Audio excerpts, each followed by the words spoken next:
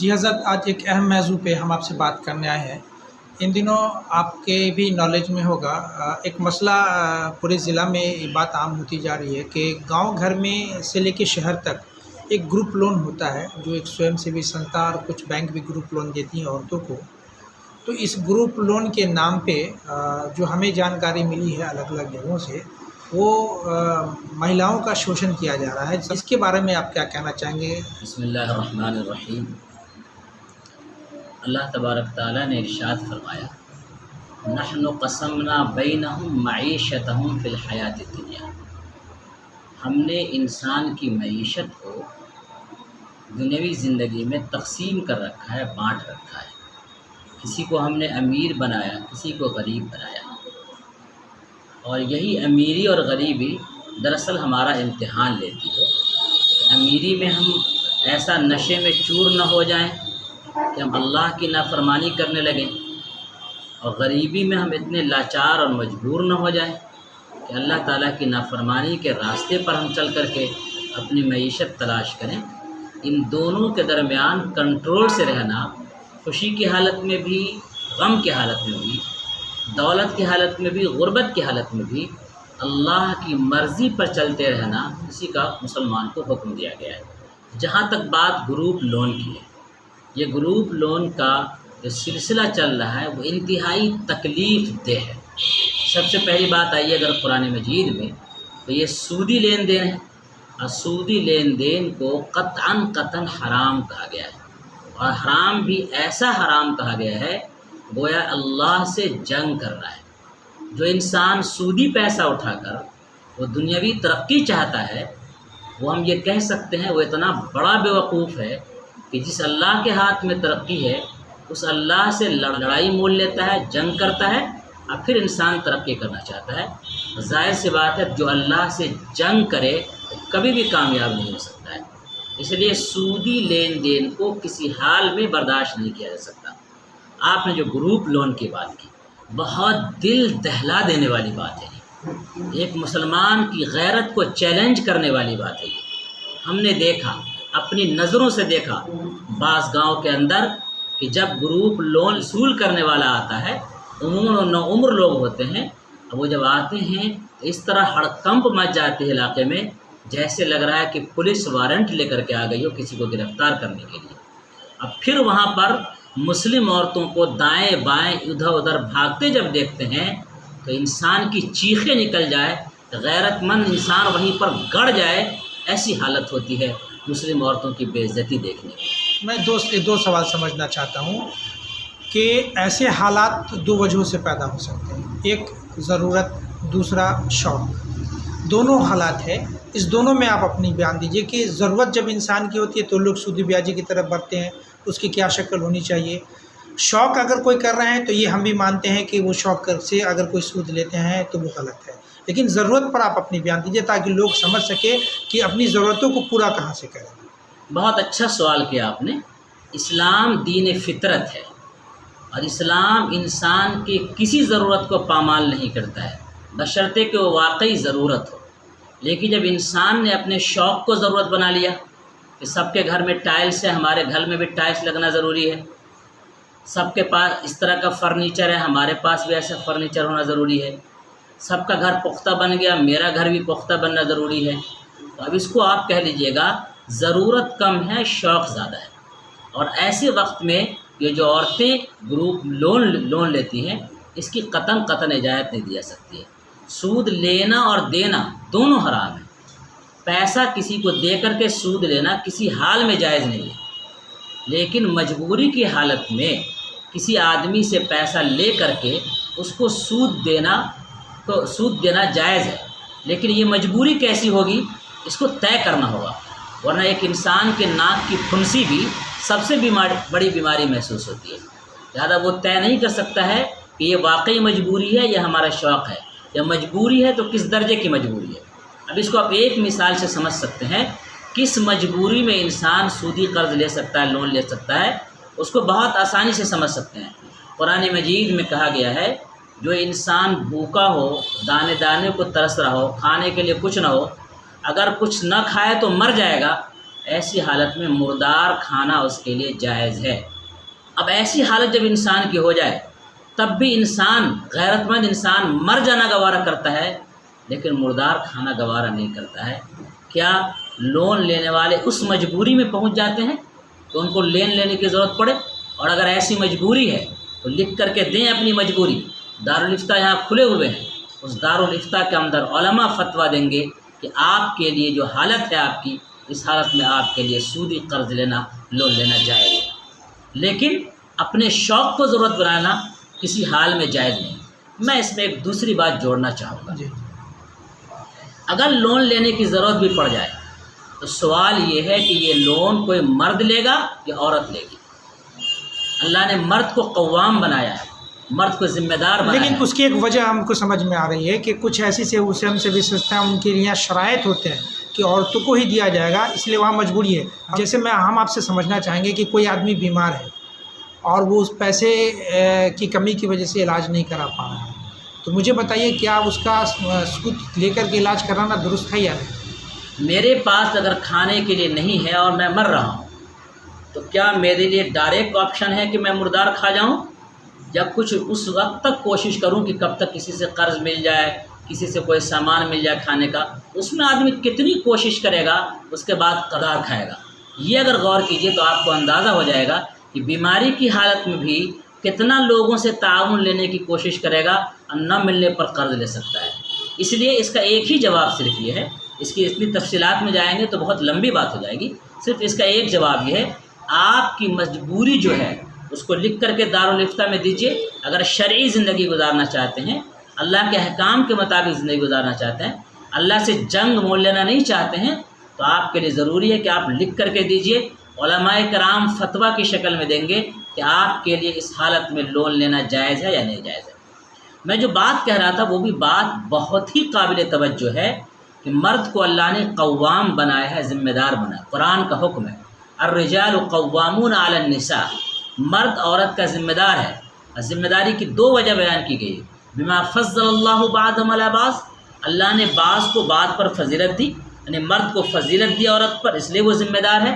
اور دوسری بات جو اللہ نے یہی بیان کی، وَبِمَا أَنفَقُوا مِنْ أَمْوَالِهِمْ، کہ مرد اپنا مال عورت پر خرچ کرتے ہیں، لہذا گھر میں اگر کوئی ذمہ دار مجبوری ہے تو مرد اس کی ذمہ داری ادا کرے گا، مرد اس کا انتظام کرے گا۔ ابھی آپ نے جو ذکر کیا، مجھے نہیں معلوم ہے کہ کس حد تک اس میں صداقت ہے اور سچائی ہے، لیکن اگر ہماری عورتوں کا استحصال ہو رہا ہے، اسی لیے استحصال ہو رہا ہے کہ وہ لون لینے والی عورتیں ہیں، اگر وہیں پہ مرد ہوتا، مرد کی غیرت گوارا نہیں کرتی کہ اس طرح کا کام کرے، اور مرد کے بارے میں ہم کو اتنا خطرہ نہیں تھا جتنا عورتوں کے بارے میں خطرہ ہے۔ اس میں عورتوں کو پڑھنا ہی نہیں چاہیے۔ گھر میں اگر پیسے کی ضرورت ہے، کوئی گھر کا کوئی تعمیری کام ہے یا کوئی اہم ضرورت ہے، مرد اس کی ذمہ داری پوری کرے گا۔ قوم کو ذمہ داری سمجھائیے کہ مرد اپنے آپ کو مرد بنائے، مرد اپنے آپ کو باغیرت انسان بنائے۔ حدیث پاک میں ہے کہ ایک عورت کے پاس، اس کے گھر میں کون سا آدمی آتا ہے، کون جاتا ہے، کیسے اس کی بیوی یا بچے رہتے ہیں، اس کا دھیان اگر مرد نہیں رکھتا ہے تو مرد دیوس ہے، مرد بغیرت انسان ہے، جس کو یہ پتہ نہیں کہ ہماری بیوی کس سے ملتی ہے، وہاں کون آتا ہے، کون جاتا ہے۔ اب یہ لون کی شکل میں جس طرح سے دوسرے مرد آتے ہیں، عورتیں بھاگتی ہیں، اس کا نام اچھلتا ہے، اور پھر کبھی کبھی اس کا استحصال بھی ہوتا ہے، یہ مرد کی غیرت کے خلاف ایک چیلنج ہے، اور مرد کو چاہیے کہ اس کے خلاف سختی سے قدم اٹھائے۔ ایک سوال سمجھنا چاہیں گے، اسلامی روشنی میں جو اسلامک پوائنٹ آف ویو ہے، آج سے 20 سال 30 سال پہلے بھی لوگ رہا کرتے تھے، اس زمانے میں بھی لوگ زندگیاں گزارا کرتے تھے، ضرورتیں اس وقت بھی ہوا کرتی تھی۔ ہم یہ سمجھنا چاہتے ہیں اس وقت جو لوگ اپنی زندگی، اپنی ضرورت کو، اپنی مجبوریوں کو کیسے ہینڈل کرتے تھے، اور ابھی جو کر رہے ہیں وہ کیوں کر رہے ہیں، یہ مختصر میں ہم آپ سے سمجھنا چاہتے ہیں۔ دیکھیے، جو بھی سچائی کا راستہ ہے، سیدھا راستہ ہے، تھوڑا صبر آزما ہوتا ہے، اس میں تھوڑا صبر کرنا پڑتا ہے تو راستہ مل جاتا ہے۔ جو بے صبرے ہوتے ہیں، جلد باز ہوتے ہیں، وہ کوئی بھی راستہ اپنے سے چن لیتے ہیں۔ میں اس کی مثال ایک روایت سے دینا چاہوں گا۔ حضرت علی رضی اللہ تعالیٰ عنہ نے ایک شخص کو کہا کہ میرے سامان کی تم دیکھ بھال کرو جب تک میں تھوڑا آرام کر لیتا ہوں۔ حضرت علی رضی اللہ تعالیٰ عنہ آرام کرنے کے لیے گئے، باہر وہ آدمی سامان کی دیکھ بھال کر رہا تھا۔ حضرت علی رضی اللہ تعالیٰ جب واپس آئے تو دیکھا کہ وہ شخص ایک ڈھال لے کر کے بھاگ گیا ہے۔ حضرت علی جب آرام کر کے اٹھے تو انہوں نے سوچا یہ آدمی جو میرے سامان کی حفاظت کر رہا ہے میں اس کو اتنے درہم ہدیہ کے طور پر پیش کر دوں گا، لیکن وہ آدمی ڈھال لے کے بھاگ چکا تھا۔ حضرت علی آئے تو بڑا افسوس ہوا، اپنا سامان سمیٹا، اور اس کے بعد جب بازار کی طرف گئے تو وہ آدمی بازار میں مل گیا۔ حضرت علی نے کہا کہ تم بھاگ گئے، میرا ڈھال لے کر کے چلے گئے، تو وہ بیچارہ بڑا شرمندہ ہوا۔ حضرت علی نے پوچھا کتنے میں ڈھال بیچا؟ تو افسوس کی بات یہ ہے، اتفاق کی بات یہ ہے کہ اتنا ہی میں ڈھال بیچا تھا جتنا حضرت علی ان کو ہدیہ دینے والے تھے۔ اس پر لکھا ہے لوگوں نے کہ جو پیسہ جائز طریقے سے اس کے پاس آنے والا تھا اس کے لیے اس آدمی نے ناجائز طریقہ اختیار کیا۔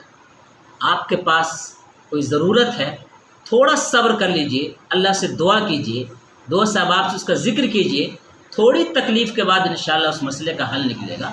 لیکن بے صبرہ ہو کر اور جلد بازی کر کے آپ اس کو کیجئے گا تو ہر دور میں ایسے لوگ رہے ہیں جنہوں نے ناجائز راستہ بھی اختیار کیا ہے اور جائز راستہ میں بھی صبر کے ساتھ۔ نہیں، اس میں ہم آپ کو انٹرپٹ کریں گے مفتی صاحب۔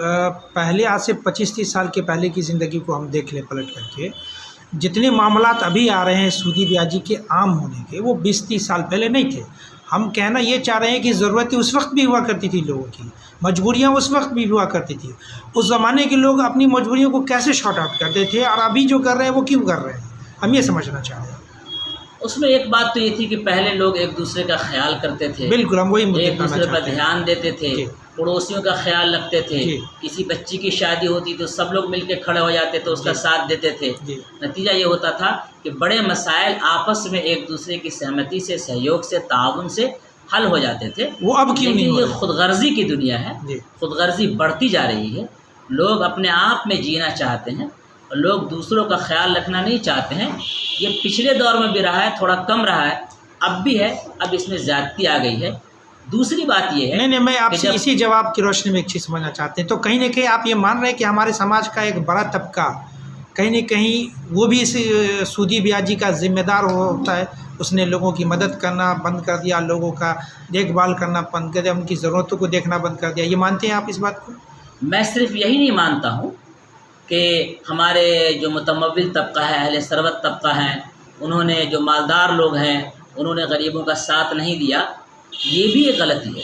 لیکن اس کے ساتھ ساتھ ایک غلطی نہیں ہے، برائیوں کی کوئی ایک وجہ نہیں ہوتی ہے۔ سماج کے ذہوش لوگوں نے اس پر توجہ بھی نہیں دی۔ کتنے لوگ ہیں جن کی آنکھوں سے آنسو آئے ان حالت کو دیکھ کر۔ میں نے جب اپنے علماء کرام کی عدالت میں یہ بات رکھی کہ ہماری عورتیں ایسے بے عزت ہو رہی ہے، رسوا ہو رہی ہے، اس کی غیرت کا سودا کیا جا رہا ہے، تو ہمارے علماء کرام بلک اٹھے، وہ چیخ اٹھے، وہ پکار اٹھے، اور مختلف علاقوں سے علماء کرام نے اپنا درد بیان کیا کہ ہمارے علاقے میں بھی ایسا، ہمارے علاقے میں بھی ایسا، ہمارے علاقے میں ایسا۔ آخر کیوں معاشرے کے ذہوش لوگ صرف اپنی دکان چمکانے میں لگے ہیں؟ کیوں صرف اپنا امیج اچھا کرنے کے لگے ہیں؟ کیوں اپنے آپ کو صرف بلند کرنے میں لگے ہوئے ہیں؟ کیوں اپنی نیتا گیری کرنے میں لگے ہوئے ہیں؟ کیوں نہیں معاشرے کے ذمہ دار لوگ اس میں بھی قدم بڑھاتے ہیں کہ ہماری عورتوں کو اس طرح سے بے عزت نہیں کیا جا سکتا؟ اور اب بہت سارے گاؤں میں باضابطہ میٹنگ بھی ہے کہ ہمارے گاؤں میں شادی بیاہ میں ڈی جے نہیں بجے گا۔ اس گاؤں میں یہ میٹنگ کیوں نہیں ہوتی ہے کہ ہمارے گاؤں میں کوئی بھی آدمی سودی لین دین نہیں کرے گا؟ لہٰذا ان چیزوں کا ذمہ دار صرف اہل ثروت نہیں ہے، صرف مالدار لوگ نہیں ہے، قوم کے وہ ذہوش لوگ بھی ہیں جو اس پہلو سے لوگوں کو بیدار کر سکتے تھے، لیکن اس پر توجہ نہیں دے رہے ہیں اور بیدار نہیں کر رہے ہیں۔ دو سوال آپ سے لینا چاہیں گے۔ ایک سوال یہ کہ اس کو بیدار کرنے کے لیے کوئی صورت ہے، شرعی طریقہ ہے کوئی؟ شرعی طریقہ علماء کرام تو اپنا فریضہ انجام دے ہی رہے ہیں، علماء کرام مسجدوں سے اس کو بیان کر رہے ہیں، لیکن اس کے ساتھ ساتھ علماء کرام کے بیان کو لوگ معاملات اور معاشرت کے بجائے ایک دینی بیان سمجھ کر کے وہ سوچتے ہیں، جیسے مولانا نماز کے لیے کہتے ہیں اس کے باوجود ہم نماز نہیں پڑھتے ہیں، اسی طریقے سمجھتے ہیں کہ مولانا سود کے لیے کہتے ہیں تو ہم سودی لین دین نہیں چھوڑیں گے، اسی حد تک اس کو درجہ دیتے ہیں۔ اس کا کوئی طریقہ ہے نا، حل کرنا پڑے گا نا۔ جی، لیکن معاشرے کے جو اہل اثر طبقہ ہے، جن کا ایک اثر ہے معاشرے پر، وہ یہ طے کرے کہ ہمارے علاقے کی عورتیں ایسی بے غیرتی کا کام نہیں کریں گی، وہ یہ طے کرے اس بات پر کہ اگر کسی کی ضرورت ہے، واقعی ضرورت ہے، تو آپ رکھیے گاؤں میں، اور ایسی چیز، ایسی تنظیم بنائیے کہ اگر واقعی ایسے لوگ ہوں، اور میرا یقین ہے الحمدللہ، میں نے جو بھی تجربہ کیا ہے ایسے نوجوان اپنے معاشرے کے اندر موجود ہیں جو نوجوان چاہتے ہیں کہ واقعی اگر ایسے کوئی ضرورت مند ہو، حقیقی ضرورت والے اگر ہوں، تو ایسے لوگوں کا 10 آدمی مل کر کے آرام سے تعاون کر سکتے ہیں، 20 آدمی مل کے تعاون کر سکتے ہیں، لیکن ضرورت واقعی ضرورت ہو۔ یہ ضرورت نہ ہو کہ بغل والے کے یہاں ٹائلس لگ گیا تو ہمارے یہاں بھی چاہیے، وہ ہم سمجھ بغل والے کے پھوس کا مکان ہو تو ہمارا پختہ ہو جانا چاہیے، ایسی ضرورت۔ ایک آخری سوال آپ سے لینا چاہیں گے۔ ہمارے دربھنگہ ضلع، چونکہ ہم وہاں سے تعلق رکھتے ہیں، ایک قوم ہے کابلی خان، باضابطہ اس سودی کاروبار کو انجام دے رہے ہیں دھڑلے سے۔ آپ مجھے بتائیے کہ قرآن حدیث کی روشنی میں کہاں تک یہ درست ہے؟ باضابطے وہ حوالہ دیتے ہیں کہ یہ شرعی اعتبار سے درست ہے، چونکہ یہ صحیح ہے یا غلط ہے، یہ عوام سمجھنا چاہتی ہیں۔ یہ جو موضوع آپ نے چھیڑا ہے یہ مستقل ایک الگ انٹرویو کا موضوع ہو سکتا ہے، بڑا تفصیلی ہے۔ میں مختصر اس پہ یہ کہوں گا کہ یہ لوگ اصل میں ایک ہوتا ہے دارالحرب، ایک ہوتا ہے دارالاسلام۔ دارالحرب کا مطلب یہ ہوتا ہے ایسا ملک جس میں مسلمانوں کا کوئی اختیار نہ ہو، اس کو عبادت وغیرہ کرنے کا اختیار نہ ہو، پورا کافروں کے ہاتھ میں ہو، مسلمانوں کو کوئی حقوق حاصل نہ ہو، اس کو دارالحرب کہتے ہیں۔ دارالاسلام اس کو کہتے ہیں جس میں پوری اسلامی حکومت چل رہی ہو۔ تو دارالاسلام میں سود لینے کی اجازت نہیں ہے، سودی معاملات کی اجازت نہیں ہے۔ دارالحرب میں اجازت ہے۔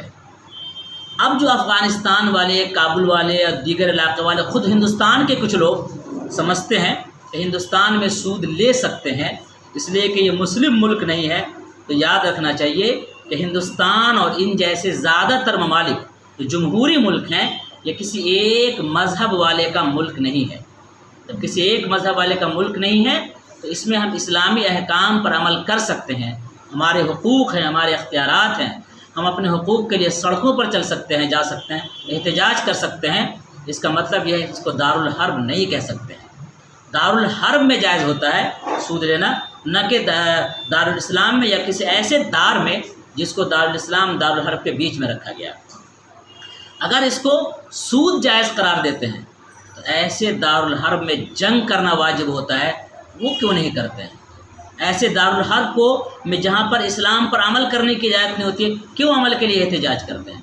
یہ تو ہوا میٹھا میٹھا ہپ ہپ، کڑوا کڑوا تھو تھو، کہ اس کو ایسا ملک مانیں گے جس میں سود ہم لے سکتے ہیں اور باقی احکام جو ہے وہ اوپر چلے گئے چھپر پر۔ ایسا نہیں ہوتا ہے۔ مفتی صاحب، ایک سوال آپ سے سمجھنا چاہیں گے، اگر اللہ آپ کو ایک موقع دے کہ اس سود کو لے کر کے لوگوں کو بیدار کرنے کا، تو کون سا طریقہ اپنائیں گے آپ بیدار کرنے کے لیے لوگوں کو؟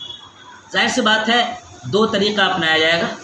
ایک طریقہ تو سارے علماء کرام کر رہے ہیں، وہ طریقہ یہ ہے وہ اثردار نہیں ہے۔ وہ کیا بتائیے جو لوگوں کو جھکجھوڑ کے رکھ دے اور لوگ اس سے بچنا شروع کر دیں، ایسا کوئی طریقہ بتائیے۔ آپ نے جیسے کہا کہ اثردار نہیں ہے، میں اس پر اپنی بات کہنا چاہوں گا۔ آنکھ کے ڈاکٹر سے میں نے ملاقات کی۔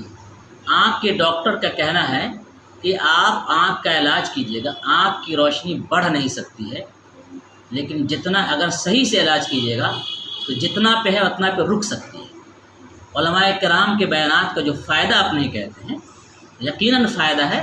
کم سے کم معاشرہ جس برائی میں تیزی کے ساتھ نیچے گر سکتا تھا، اس میں بڑی حد تک رکاوٹ آتی ہے، کمی آتی ہے، تو اس کا فائدہ تو بہرحال ہے، اس میں کوئی شک نہیں۔